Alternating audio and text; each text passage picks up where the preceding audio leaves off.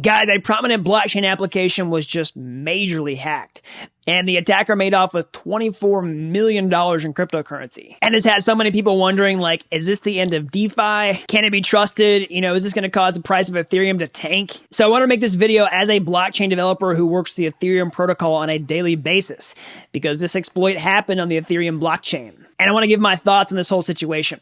So before we get into that, if you're new around here, hey, I'm Gregory, and on this channel, I turn you into a blockchain master.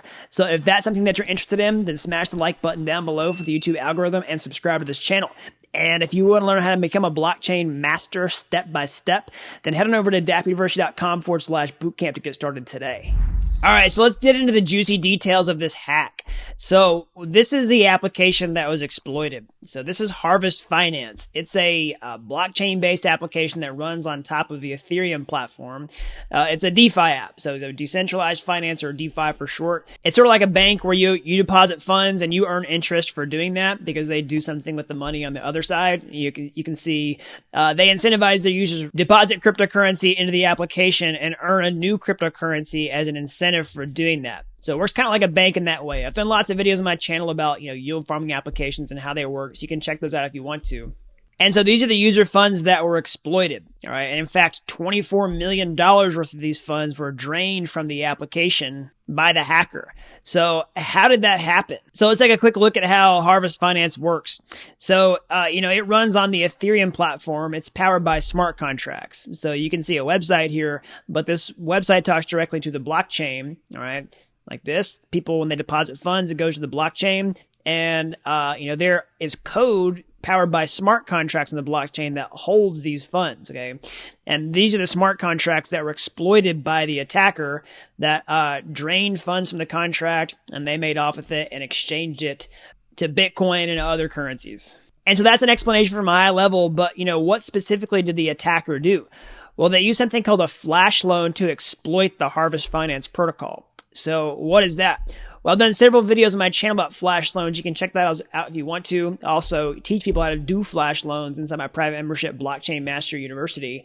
But basically, this is where you borrow millions of dollars in cryptocurrency, potentially, with zero money down. All right, you can do it for things like trading and also other purposes, which we've seen here. They're being used to exploit these DeFi protocols like Harvest Finance. And so that's led a lot of people to ask questions like, are flash loans bad? Should we do them? And I'll talk about that more later in the video. So how did the hacker use flash loans to steal this money? Well, they use it to manipulate the price of cryptocurrency on the Harvest Finance application. So basically, they took out really large flash loans to do arbitrage trades to manipulate the price of the cryptocurrency in the application in order to take other money out. So you can see here, Harvest Finance put this out in the tweet.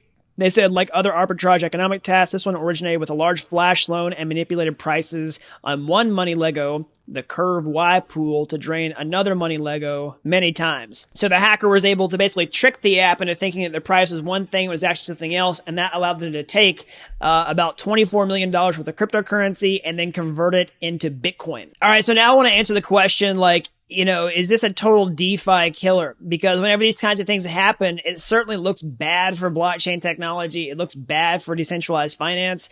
And some people are like, hey, is this totally going to kill the momentum of this whole space? So that's what I want to explain right now. So it's important to understand that we've seen a number of hacks already in this DeFi ecosystem. I made several videos about this year in particular. We saw a bunch early, like in the first quarter of 2020. But also don't forget that we had a major hack in the early days of the Ethereum ecosystem with the DAO. So this was in 2016.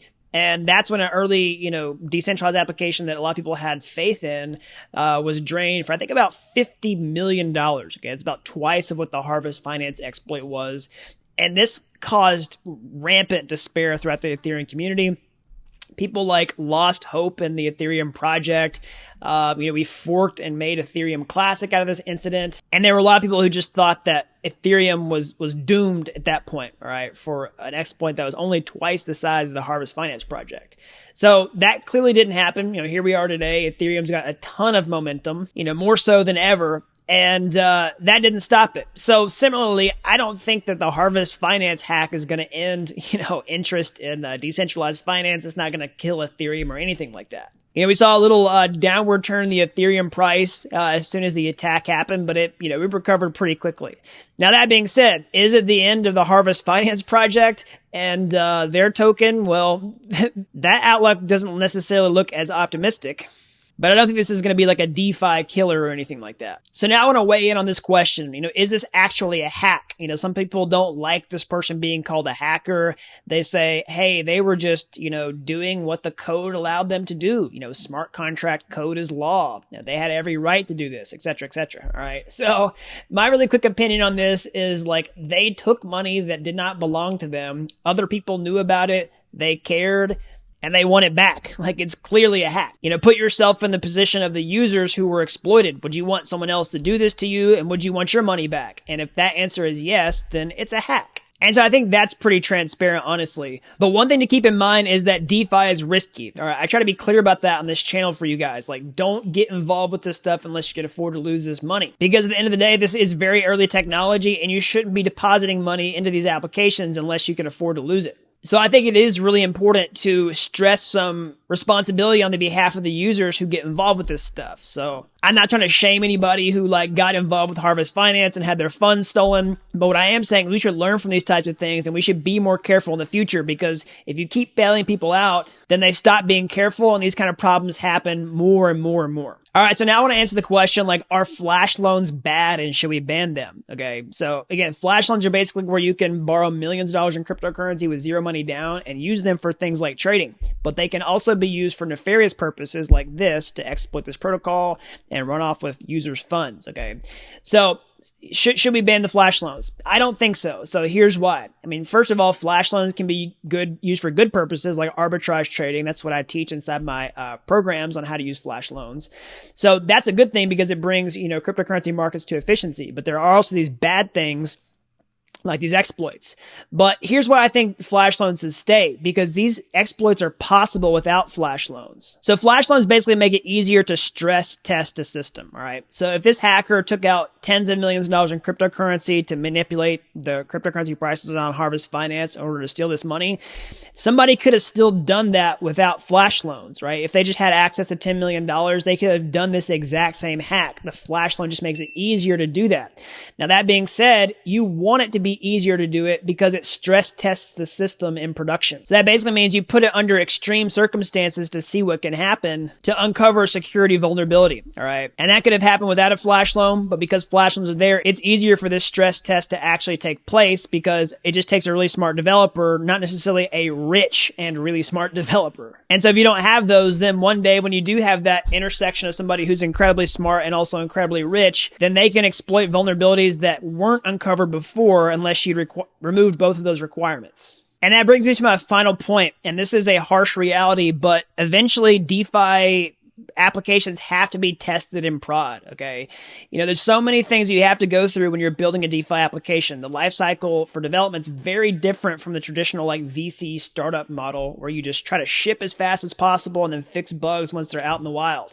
Well, it takes a lot longer to build a blockchain-based application that handles user funds like this because the smart contract code's immutable. There are a lot more funds at risk. And so you have to move much slower. You have to go through a very methodical development process, go through a strict audit, and then push it out into production. And once you've, reached that, production phase, you're still testing because you don't truly know what's going to happen until you just push it out into the real world. And so that's what makes the early days of DeFi kind of like the Wild West because, the end users need to know they're getting involved with technology that's not very mature and is risky. But it's an inevitable growing pain that this technology has to go through. So, let me explain why. When an application is pushed out there into the real world and it has, millions of dollars in it, that creates a powerful incentive for hackers to try to exploit it. All right. So you can spend all kinds of money paying for an audit and all that kind of stuff, but there's no guarantee that that's going to uncover every single vulnerability in your application. All right. And there's actually an incentive for malicious actors to try to figure out creative ways to exploit your product that haven't been done before because of the upside potential. Like if they know that they can make, tens of millions of dollars, that's a huge carrot dangled in front of them to try to figure out things that auditors aren't catching yet. It's a harsh reality, but that's just how the world works. And so we have to go through these periods of pushing stuff out there. Some bad things happen and then we learn about them so we can check for them in the future. There's really not a better alternative. There's no way to just like magically forecast what's going to happen in the future and have that knowledge. And so that's what makes DeFi so risky in the early days. And that's what also makes it rewarding as well, because, you know, you have access to these opportunities that other people wouldn't necessarily want to get involved in because of the risks involved. But that being said, you know, you still can prevent a lot of these problems that we do know about by being very careful in your development life cycle. Like, don't get too hasty to put something out there and try to make money fast. You know, we need to think about building something secure from the get-go, going through a thorough audit process, testing it, doing your due diligence before you put it out there in production. All right, so those are my thoughts on the Harvest Finance exploit. You know, this is where the attacker used flash loans to manipulate the price of cryptocurrency on Harvest Finance, and that allowed them to walk away with $24 million worth of cryptocurrency. So this is an unfortunate event, but like I said, these things are bound to happen, and I think the best thing to do is just learn from these mistakes and move forward. I don't think it's the end of DeFi by any stretch of the imagination, and I don't think like cryptocurrency prices are just going to tank after this. So I hope you like this video. As always, smash the like button down below for the YouTube algorithm and subscribe to this channel. That really helps these videos get found so that more people can learn about blockchain.